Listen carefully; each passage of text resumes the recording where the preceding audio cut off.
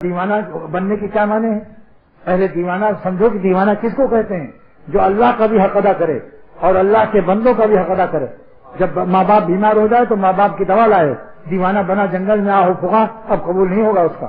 بیوی بیمار ہے تو بیوی کے لیے پہلے دوا لاؤ، اب شراب پڑھنا بھی جائز نہیں ہے، جاؤ ڈاکٹر کے یہاں پہلے اس کی دوا لاؤ۔ اللہ کی بندی بیمار پڑی اور تم نفلوں میں لگے ہوئے ہو، تو دیوانہ وہ ہے جو اللہ کا بھی حق ادا کرے، اللہ کی مخلوق کا بھی ادا کرے۔ اور جو دیوانہ بنتا ہے اور دیوانوں کے لباس میں ہے، مگر کسی حسین کو دیکھ کر، نامحرم کو دیکھ کر نمک حرامی شروع کر دے، جس نمک کو اللہ نے حرام فرمایا غیر اللہ کے نمک کو اس کو چکھنے لگے اور دیکھنے لگے کیسا نمکین چہرہ ہے، تو سمجھ لو یہ دیوانہ نہیں ہے، یہ نہایت چنٹو باز ہے۔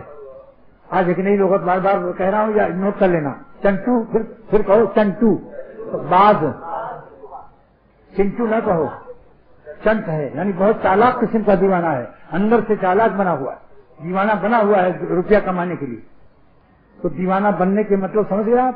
لیکن کوئی بندہ تلاش کرو جس کا بلڈ گروپ ملتا ہو، آپ کے دل کو اس سے مناسبت ہو، دل میں اس کی باتیں اترتی چلی جاتی ہوں اور اس سے آپ کو اللہ کی محبت میں اضافہ محسوس ہو، گناہوں سے نفرت محسوس ہو، تو اس کے پاس کچھ دن رہ لو۔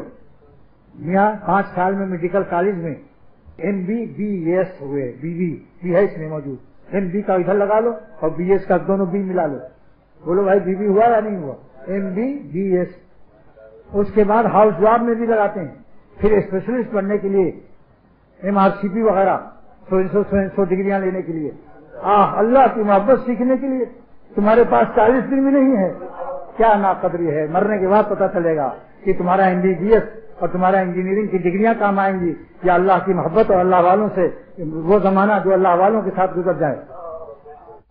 تب معلوم ہوگا کہ دن کون سے دن ہیں اور راتیں کون سی راتیں ہیں، اور دن کون سے دن ہیں۔